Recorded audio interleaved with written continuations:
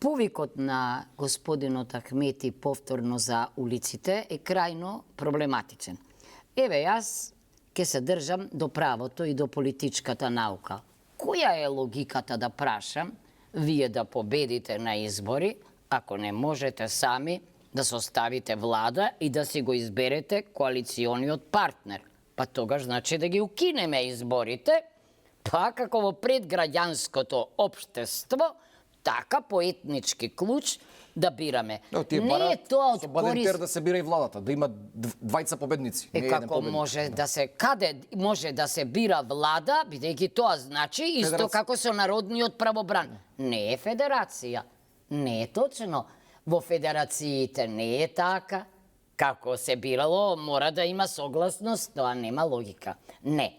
Ако се повикува на рамковниот договор и ако го внесоа, пазете, покрај Преспанскиот, тие го внесоа рамковниот договор. Нека го почитува.